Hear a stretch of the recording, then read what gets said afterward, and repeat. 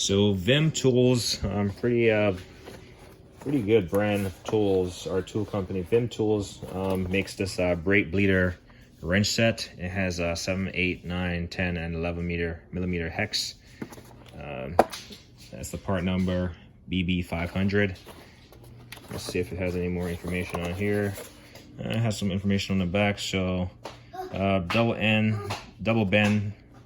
double bends for easy access. Angled are designed to access bleeder screws without removing the wheel. Covers all European and Asian brands and most US made vehicles. True size hex openings for a tight fit. Drop forged quality, satin chrome plated, high alloyed steel, fully warranted, limited lifetime warranty. Sorry. It is made in Taiwan for VIM Tools. Right there. I have it in this box, even though I've had it for a little bit now. I'm gonna flip it around. Comes this little plastic casing.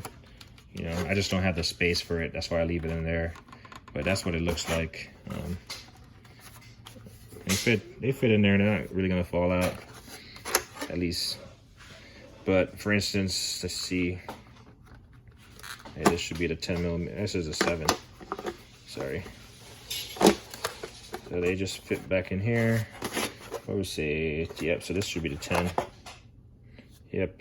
You see they have a pretty nice angle to them, and kind of offset, deep offset will get you in those tight places.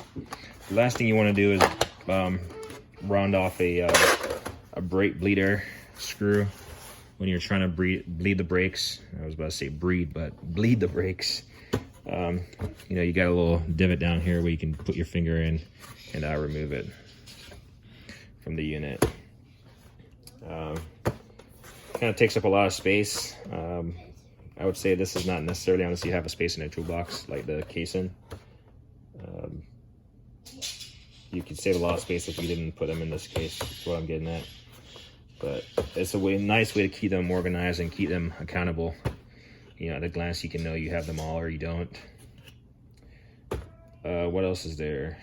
Yeah, I was saying you don't want to round off a brake bleeder screw using the wrong tool on it. So I have not tried these. I do have I was bleeding my brakes on my Acura. They have the Brembo dual piston front wheel brakes there, and the inside bleeder screw started rounding off, and I just left it as is. I just kind of cranked it back in the tightening direction and left it as is.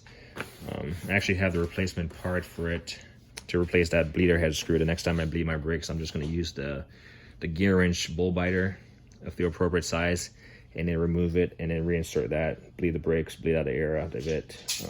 But this is a nice set to have. I picked it up from American Mechanic, I believe.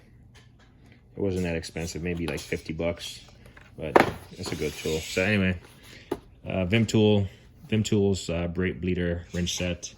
It goes from 7 to 11.